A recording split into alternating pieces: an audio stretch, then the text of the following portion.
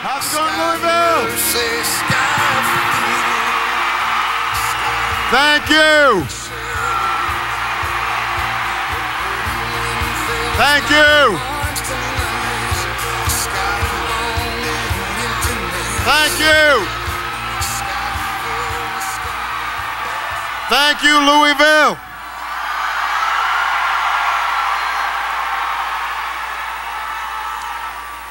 Thank you so much. Thank you. What a great crowd. What a great crowd.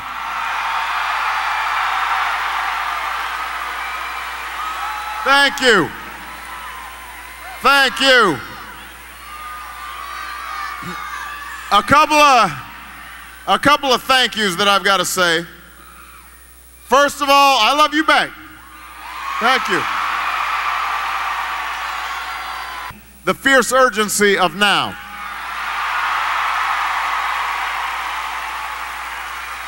The fierce urgency of now. Because I believe there's such a thing as being too late. And that hour is almost upon us. We are in a defining moment in our history. So now you got millions of people at risk of losing their homes. You've got 47 million people without health insurance. You've got millions of children who, despite the slogans, still are not being equipped for the jobs of the future because the school systems are underfunded.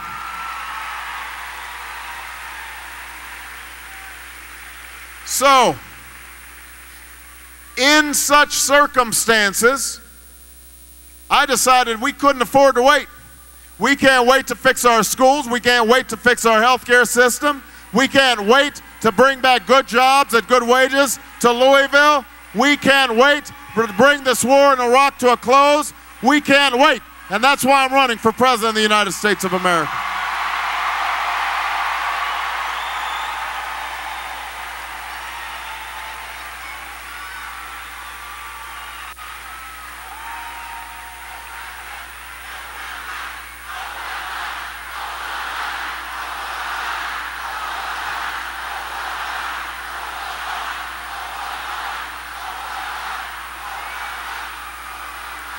I was also decided to run because I was betting on you, the American people.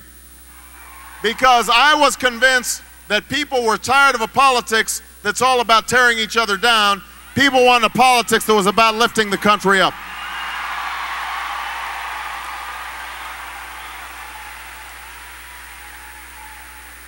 I was convinced that the American people, they didn't want spin and PR from their politicians. They wanted straight talk, honesty, truthfulness from their elected officials. And I was convinced that when we come together, when we're unified, like this crowd is unified, when we come together, black, white, Hispanic, Asian, Native American, if we're not divided, then there's nothing we can't accomplish. No destiny we can't fulfill.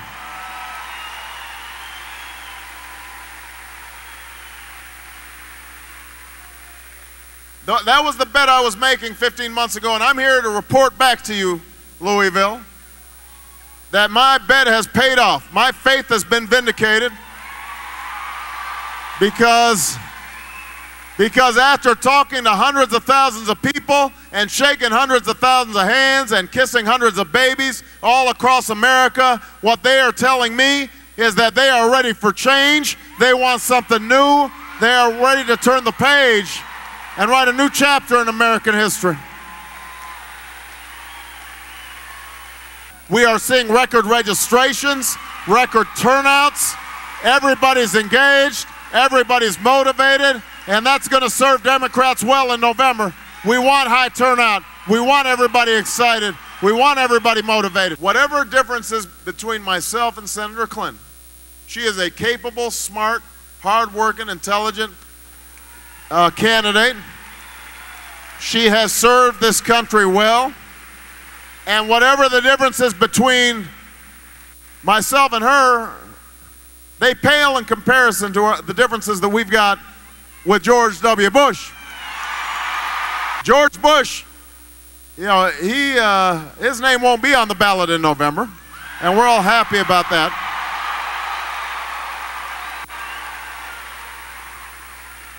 The name of my cousin Dick Cheney won't be on the ballot in November.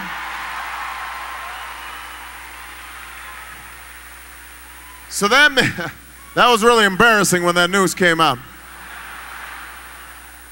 But then that means we have an opportunity to bring an end to the Scooter Libby justice, the Katrina incompetence, the Karl Rove politics. We have a chance to end those policies. But understand this, they won't automatically come to an end because John McCain is running for George Bush's third term. He basically has the same policies that George Bush is pursuing. I mean, you think about John McCain's foreign policy. He wants to continue this war in Iraq without an exit strategy. He has said he's willing to have our troops on the ground in Iraq for as long as 100 years.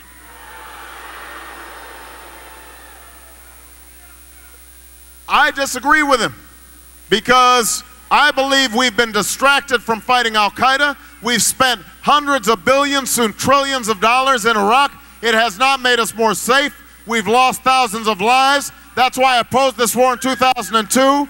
That's why I will bring this war to an end in 2009. That's what this election's about. John McCain says that our economic policies under George Bush have shown great progress. That's what he said. Great progress. I don't know who he's talking to. I know he's not talking to Mark and the folks over at the Ford plant. He's not talking to the 260,000 people who've lost their jobs since the beginning of this year across America. He's not talking to the people who are at risk of losing their homes, or the millions who don't have health insurance, or those children trapped in poverty who can't figure out how they can ever achieve their American dream. He's not talking to them. I don't think we've made great progress. You don't think we've made great progress, and that's why we can't let John McCain's campaign make great progress. We've got to make sure to beat him in November. We're going to have a choice. We're going to make sure that we strengthen labor, UFCW, SEIU, Boilermakers, Teamsters. We will have a Department of Labor that actually believes in labor so that workers have a fair shot. No more homeless veterans. No more begging for disability payments. No more waiting in line in the VA. The war in Iraq was unwise. I'm going to focus on the wars we need to fight. We'll go after bin Laden and Al-Qaeda, but we'll also lead on locking up loose nuclear material that could fall into the wrong hands. We're also going to lead in helping foreign nations that are poor, rebuilding their public health infrastructure, putting kids back to school, ending genocide in Darfur. That's going to be part of our foreign policy.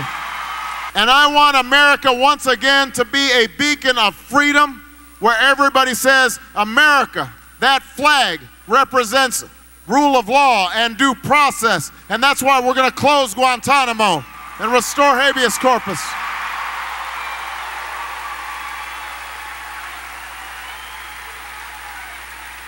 Because you'll have a president who has taught the Constitution and believes in the Constitution and will obey the Constitution of the United States of America.